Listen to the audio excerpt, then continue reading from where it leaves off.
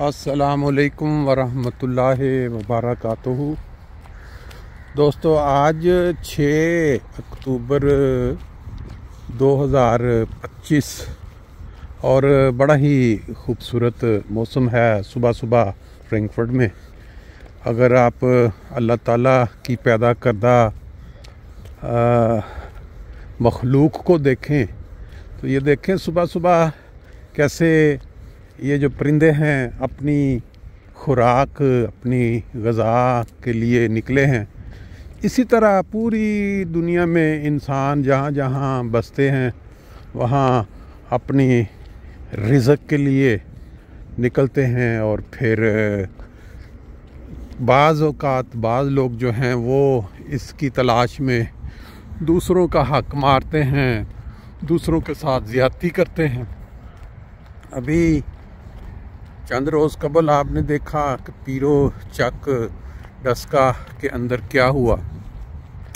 कितने ख़ानदान हैं वहाँ जो अपने आबाई ज़मीनों पे या आबाई कब्रिस्तान में अपने मुर्दों को दफन करते हैं।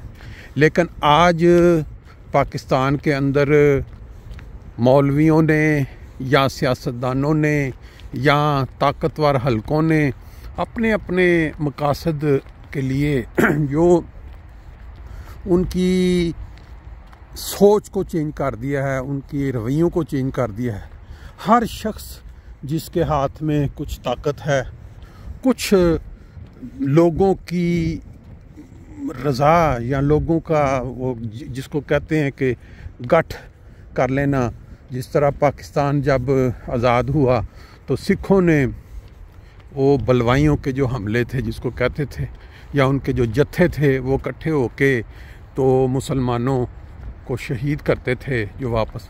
आज पाकिस्तान के अंदर आलमोस्ट उसी तरह के नज़ारे हम कई दफ़ा देख चुके हैं कि ये जो लोग हैं बिगड़े हुए, नबी करीम सल्लल्लाहु अलैहि वसल्लम की हदीस के मुताबिक आसमान के नीचे बदतरीन मखलूक, अब वो ख़ुद डायरेक्ट शामिल ना भी हों लेकिन उनसे तरबियत याफ्ता या उनकी बातें सुन सुन के जो लोग मुतासर हो चुके हैं वो अब ये हरकतें करते फिरते हैं।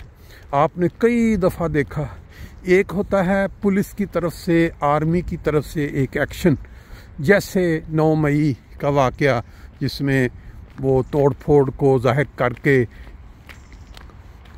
करोड़ों लोगों की जो एक ख्वाहिश या जो राय थी उसको दबा दिया गया, इसलिए कि जो ताकतवर हल्के थे वो नहीं चाहते थे कि इस तरह की आज़ादी मिलनी चाहिए। लेकिन ये जो मजहबी तौर पे हमले होते हैं अकायद के फ़र्क की बुनियाद पे, ये बिल्कुल और चीज़ है।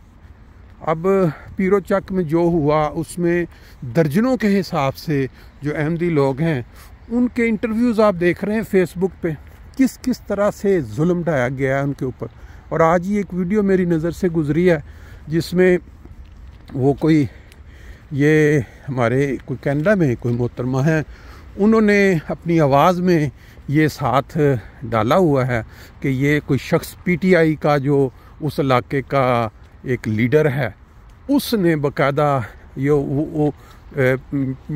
वो हो सकता है कि वो साथ टीएलपी ये जो तहरीक बनी हुई है कुछ अर्सा से, जिन्होंने पूरे पाकिस्तान में मस्जिदों के मीनार और महराब गरवाने में आगे आगे हो के किरदार अदा किया है, वो उनका भी साथी हो। लेकिन जो बताने वाले वो लिखा जी ये पीटीआई के वो एक मुकामी लीडर है, तो उसने पूरा प्लान करके वो लोगों को उभारा। और क्या पीछे अज़ाइम हैं, क्या उनके इरादे हैं, ये तो अब आइंदा आने वाला वक्त बताएगा। पहले कब्रिस्तान में तदफीन का मसला उठाया गया, फिर उसके बाद वो जब तदफीन असल में कोई प्लान जब कामयाब नहीं होता तो फिर कोई और तरीका निकाला जाता है कि ये तो फेल हो गया है। फिर उन्होंने जब वो पुलिस के दबाव में थोड़ा दूर जाके तदफीन की, बावजूद इसके कि अपना कब्रिस्तान वहाँ मौजूद है जिसमें दूसरों को इजाज़त दी गई थी कि आप कर लें। और आज वही बात, वो जो वाक़या है कि एक मालिक ने अपने ऊँट को बारिश में ये इजाज़त दे दी कि चल तू सार अंदर कर ले, तो वो ऊँट ने सर अंदर किया। थोड़ी देर बाद उसने पूछा कि भाई मेरा जिस्म भीग रहा है, मैं थोड़ा सर के पीछे गर्दन वाला हिस्सा जो है वो भी कर लूँ। करते करते वो ऊँट जो है वो पूरे का पूरा खेमे के अंदर, और जो मालिक था वो खेमे से बाहर दूसरी तरफ से। अब यही हिसाब हो रहा है वहाँ कि जो वहाँ जो कब्रिस्तान जिनका था वहाँ उन्होंने इजाज़त दी पहले दूसरे लोगों को कि ठीक है आप भी कर, अब वो उनको बाहर निकाल रहे हैं वहाँ से और ख़ुद उस पर कब्ज़। और जब ये बात मान ली गई तो फिर उन्होंने सोचा ये हमारा प्लान हो गया नाकाम, अब कोई और तरीका। तो ये वाला बात सारी इस वाक़या में नज़र आती है। अगर आप सुने फेसबुक के ऊपर तो उन लोगों के साथ जिस तरह इन्होंने जुल्म किया है, और पुलिस ने जब पर्चा काटा, जब पकड़े, तो उसके ऊपर इकट्ठे हो गए हैं कि नहीं जी नहीं, ये मुसलमानों के ख़िलाफ़ बड़ी साजिश है और पुलिस वाले ने ये क्यों काट दिया है। ये है पाकिस्तान में इस वक्त मौजूदा जो हालात हैं उनकी कोई छोटी सी तस्वीर। ये सुन लें वीडियो तो बाकी आपको खुद ही अंदाज़ा हो जाएगा।